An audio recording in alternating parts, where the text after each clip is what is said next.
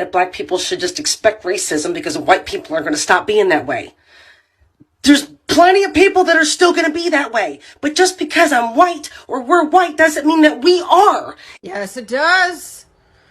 Yes, it does. That's literally what that means. Look, my fellow rice cakes, I'm going to say something out loud that you would probably prefer I kept to myself, but we are terrible at self-examination because we are obsessed with being perceived as good. We are good people with good intentions who do good things, and we know that racism is bad, so we're offended by the mere insinuation that we could be capable of dehumanizing anybody. And that line of thinking right there is why we continue to take L's left and right, because you can't confront a problem if you don't acknowledge the problem exists. Listen, you are not evil and bad because you were born white, and no reasonable person is saying that you are. What we're saying is that it is a problem if you don't acknowledge what it means to have been born white in a racist society. It is a problem if you're not willing to examine the privileges, I know we all hate that word, but the privileges, the benefits, and the means of insulation we inherit by virtue of being born white.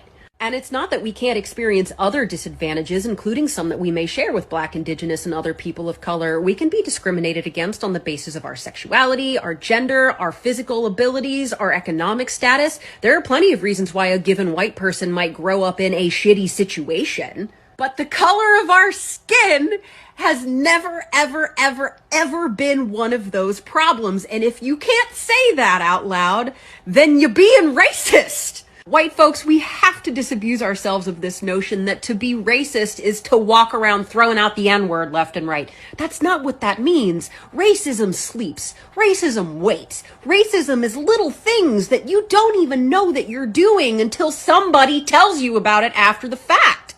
If you could always see racism from space, then we, and by we I mean white people and only white people, wouldn't have been so shocked over the last few years to discover that so many of our loved ones are big old racist bags of shit.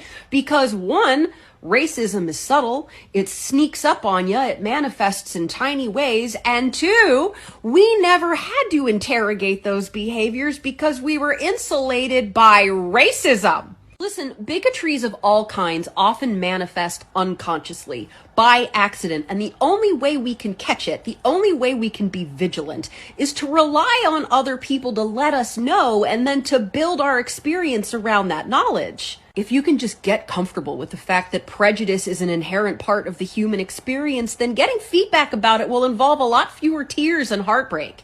In conclusion, my fellow Snowmericans, to be good is to accept your limitations and be okay